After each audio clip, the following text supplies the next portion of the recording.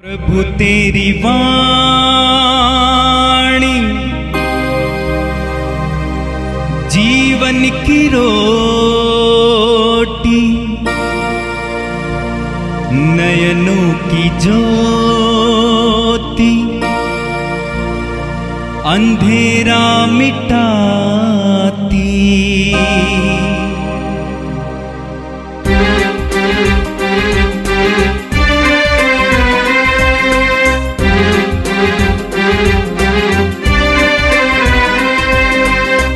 प्रभु तेरी वाणी जीवन की रोटी, नयनों की ज्योति, अंधेरा मिटाती। प्रभु तेरी वाणी जीवन की रोटी, नयनों की ज्योति, अंधेरा मिटाती।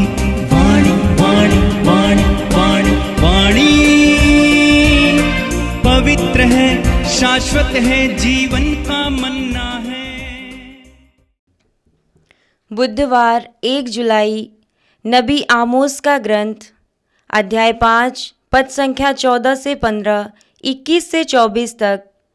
बुराई की नहीं बल्कि भलाई की खोज में लगे रहो, इस प्रकार तुम्हें जीवन प्राप्त होगा और विश्वमंडल का प्रभु ईश्वर तुम्हारे साथ होगा। जैसा कि तुम उसके विषय में कहते हो, बुराई से बैर करो, भलाई से प्रेम रखो और अदालत में न्याय बनाए रखो।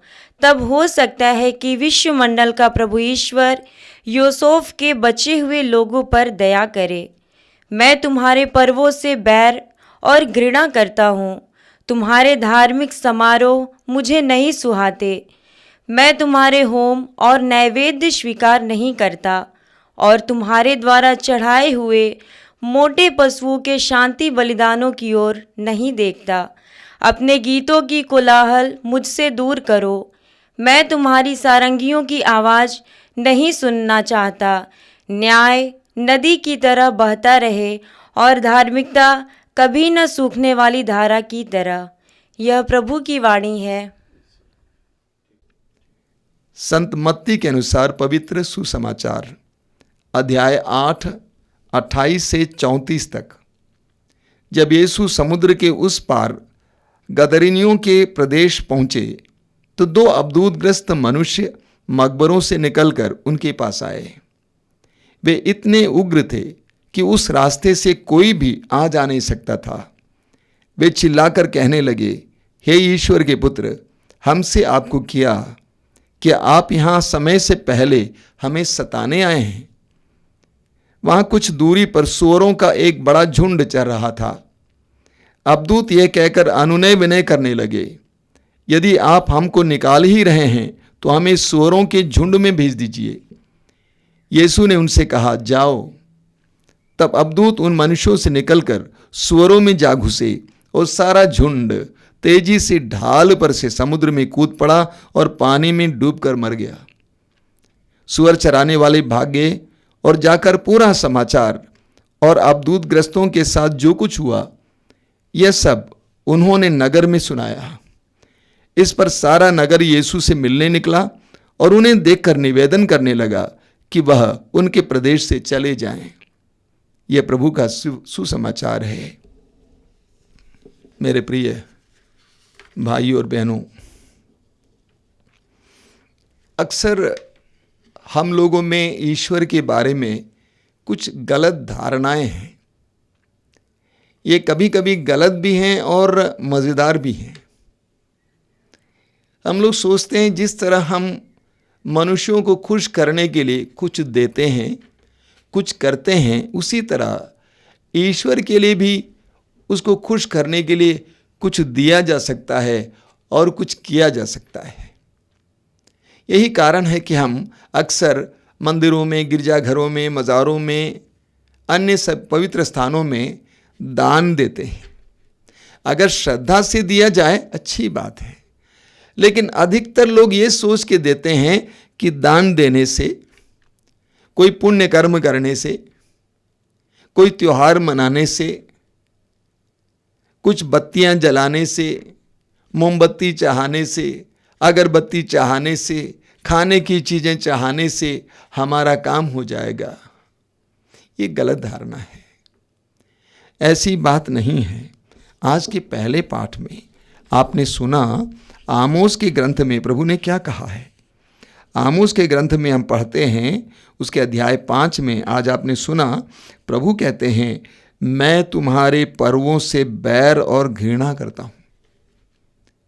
मैं तुम्हारे पर्वों से बैर और घृणा करता हूं। तुम्हारे धार्मिक समारोह मुझे नहीं सुहाते। मैं तुम्हारे होम और नैवेद्य स्वीकार नहीं करता और तुम्हारे द्वारा चढ़ाए हुए मोटे पशुओं के शांति बलिदानों की ओर नहीं देखता। अपने गीतों का कोलाहल मुझसे दूर करो। मैं तुम्हारी सारंगियों की आवाज सुनना नहीं चाहता। देखिए, ठीक इसके विपरीत शुरू में प्रभु ने कहा, बुराई की नहीं बल्कि भलाई की खोज में लगे रहो। बुराई की नहीं बल्कि भलाई की खोज में लगे रहो, इस प्रकार तुम्हें जीवन प्राप्त होगा और विश्व मंडल का प्रभु ईश्वर तुम्हारे साथ होगा, जैसा कि तुम उसके विषय में कहते हो। प्रभु कहते हैं, इन समारोहों के कारण नहीं, इन नैवेद्यों के कारण नहीं, बल्कि तुम्हारी भलाई के कारण प्रभु तुम्हारे साथ होगा। आप पढ़ेंगे इस्यास नबी के ग्रंथ के अध्याय 1 उसके वाक्य 14 से 17 तक। इस्यास नबी अध्याय 1 वाक्य 14 से 17 तक हम पढ़ते हैं, तुम्हारे अमावस और अन्य पर्वों से मुझे घृणा हो गई है। तुम्हारे अमावस और अन्य पर्वों से मुझे घृणा हो गई है, ये मेरे लिए असह्य भार बन गए हैं। जब तुम अपने हाथ फैलाते हो तो मैं तुम्हारी ओर से आंख फेर लेता हूँ। मैं तुम्हारी असंख्य प्रार्थनाओं को अनसुना कर देता हूँ, क्योंकि तुम्हारे हाथ रक्त से रंगे हुए हैं। स्नान करो, शुद्ध हो जाओ, अपने कुकर्म मेरी आंखों के सामने से दूर करो।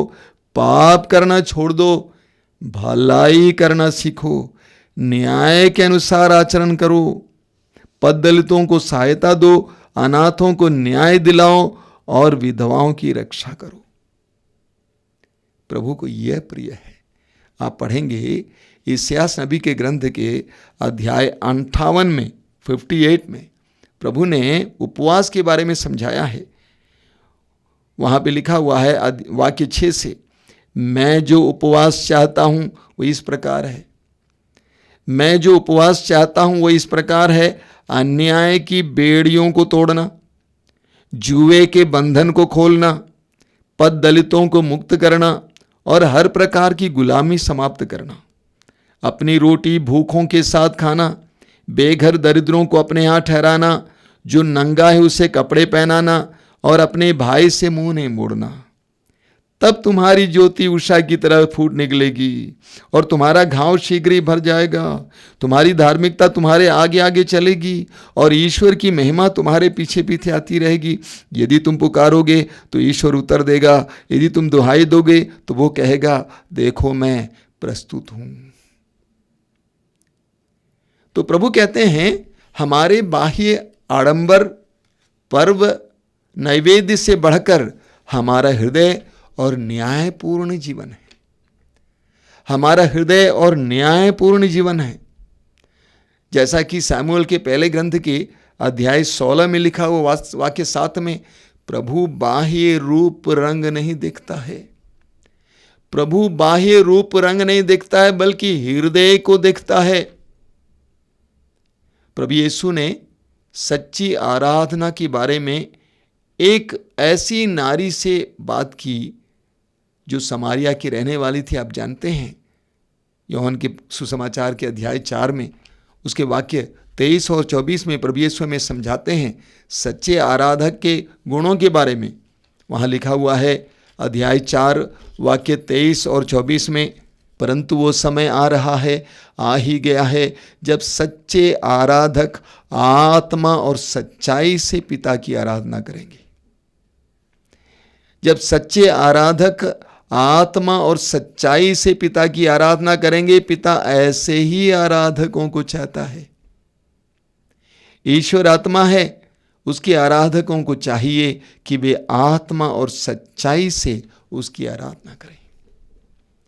ईश्वर आत्मा है और उसके आराधकों को चाहिए कि आत्मा और सच्चाई से उसकी आराधना करें। हम विश्वासी, विशेष करके प्रभु यीशु के शिष्यों की आध्यात्मिकता अन्य लोगों की आध्यात्मिकता से गहरी और बढ़कर होनी चाहिए। मैंने देखा कि अधिकतर हमारे आध्यात्मिक कार्य बाह्य आडंबर है, दिखावा है, बाह्य चीजों पर निर्भर है, लेकिन हमारी आध्यात्मिकता ईश्वर के साथ एक गहरा रिश्ता होना चाहिए। रोमियो के पत्र के अध्याय 12 वाक्य 1 में संत पौलुस कहते हैं कि अपने शरीर को ईश्वर के लिए प्रिय और सुग्राह्य बलि के रूप में अर्पित करो, यही तुम्हारी आराधना है। हमें धीरे धीरे एक सच्ची आध्यात्मिकता की ओर बढ़ना है, जिसको प्रभु यीशु ने इस दुनिया में ले आया। प्रभु यीशु अन्य चीजों के पक्ष में नहीं थे, बल्कि गहरी आध्यात्मिकता के पक्ष में थे।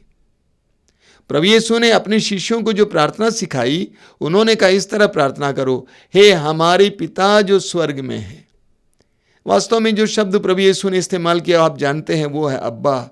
अब्बा का मतलब पिता नहीं है, पापा, डैडी, बाबू, बाबा।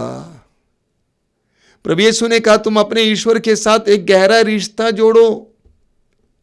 मेरे प्रिय भाई और बहनों, पिछले 4-5 महीनों से हमारे गिरजाघर बंद पड़े हैं। हमारे अन्य बाह्य आराधना और अन्य प्रार्थनाएं नहीं होती हैं। मैं सोचता हूं वो हमसे इन सारी घटनाओं के द्वारा एक गहरी बात बताना चाहते हैं कि तुम्हारे अध्यात्म को बदलने की जरूरत है। तुम्हारी आध्यात्मिकता बाह्य बातों और चीजों और अलंकृतियों और सजावट और नियमों के आधार पर ना हो, बल्कि एक गहरा रिश्ता हो, ईश्वर के साथ एक गहरा रिश्ता जो प्रभु यीशु का स्वयं अपने पिता के साथ था। आज के सुसमाचार में हमें एक बहुत ही रोचक बात सुनने को मिली। प्रभु यीशु गरासा नामक एक जगह पहुंच जाते हैं, उसका एक दूसरा नाम भी बताया गया है, और वहां पर 2 अबदूतग्रस्त यीशु से मिलने आते हैं। उनके बारे में बताया गया कि वे खूंखार थे, जहां वे खड़े रहते थे वहां से कोई जाना नहीं चाहता था, इतने खूंखार। और वे निवेदन करते जा रहे थे प्रभु से कि आप हमें नष्ट ना करें। और उन्होंने प्रभु से कहा कि यदि आप हमें निकालना ही चाहते हैं तो हमें सूअरों में जाने दीजिए। वहां पर एक बहुत बड़ा झुंड, सूअरों का झुंड चर रहा था। दुष्ट आत्माएं उनमें चली गईं और सारे सूअर जाकर समुद्र में डूब कर मर गए। इससे आप पता लगा सकते हैं उन 2 व्यक्तियों में कैसे अबदूत थे, कैसी आत्माएं थी। ये सब देखकर सूअर चराने वाले लड़के जाकर लोगों से कहा, सारा नगर वहां पे आया। बड़ी मजेदार बात हमें यहाँ पे देखने को मिली। नगर के लोग आए, सब कुछ देखा, उसके बाद प्रभु यीशु से कहा आप यहां से चले जाइए, आप यहां से चले जाइए। उनको ये कहना चाहिए था कि प्रभु इसी तरह हमारे गांव में बहुत सारे लोग हैं, हमारे नगर में बहुत सारे लोग हैं, आइए उनको भी छुटकारा दीजिए। लेकिन उन्होंने ठीक इसके विपरीत प्रभु से कहा कि आप जाइए यहां से, क्योंकि उनके लिए 2 इंसान से बढ़कर उनके सूअर थे। 2 इंसान से बढ़कर उनके सूअर थे। सूअर के मर जाने का गम उनके अंदर था। 2 इंसान सूअरों जैसा जीवन जी रहे थे, इससे उनको गम नहीं था। मेरे प्रिय भाई और बहनों, दुनिया में कई लोग इस प्रकार का मनोभाव रखने वाले हैं जो इंसान और इंसानियत को कीमत नहीं देते हैं, जो इंसान की कीमत नहीं समझते हैं। चीजें और अन्य चीजों पर ज्यादा गर्व है। इंसान को कम कीमत दी जाती है। आज इतने सारे इंसान कई लोगों के लिए मार डाले जाते हैं। हमारे मन में भी इस प्रकार का मनोभाव हो सकता है। हम भी कभी कभी चीजों को ज्यादा महत्व देते हैं, संपत्ति को ज्यादा महत्व देते हैं। पैसा कमाने के लिए कई लोगों की जानें चली जाए, कोई बात नहीं। अपनी संस्था का नाम बनाए रखने के लिए कई बच्चे हटा दिए जाएं, कोई बात नहीं। हमारे मन में भी इस प्रकार के मनोभाव हैं। इंसान से ज्यादा हम भी चीजों को, संस्थाओं को, सौंदर्य को इत्यादि को महत्व देते हैं। प्रभु यीशु आज हमें सिखाते हैं, दो इंसान से बढ़कर वे सुअर नहीं है। दो इंसान जो ईश्वर की संतान हैं, ईश्वर के प्रतिरूप हैं, वे प्रभु यीशु के लिए बहुत कीमती थे, महत्वपूर्ण थे। आज हम प्रार्थना करें प्रभु से कि प्रभु हमें इन सारी बातों की गहराई समझा दें, हमें जीवन के बारे में गहरा ज्ञान दीजिए, हमें आराधना के बारे में, प्रार्थना के बारे में गहरा ज्ञान दीजिए, हमें गहरे बनाइए। आंखें बंद कीजिए, प्रार्थना कीजिए कि प्रभु यीशु तेरे इन पवित्र वचनों के द्वारा हमारी बुद्धि को प्रकाशित कीजिए। हमें भी इंसान के प्रति ज़्यादा जागरूक, ज़्यादा प्रेम करने वाले बनाइए। चीज़ों, संपत्ति और अन्य बातों से बढ़कर हम तेरी संतानों को, ईश्वर के प्रतिरूपों को ज़्यादा महत्व दे सकें। प्रभु हमारे भी अध्यात्म को बदल दीजिए। आडंबर और अन्य बातों पर निर्भर अध्यात्म से हमें गहरे अध्यात्म की ओर ले चलिए, गहरे रिश्ते की ओर ले चलिए। प्रभु तेरी वाणी जीवन की रोटी, नयनों की ज्योति अंधेरा मिटाती। वाणी वाणी वाणी वाणी वाणी पवित्र है, शाश्वत है, जीवन का मन्ना है।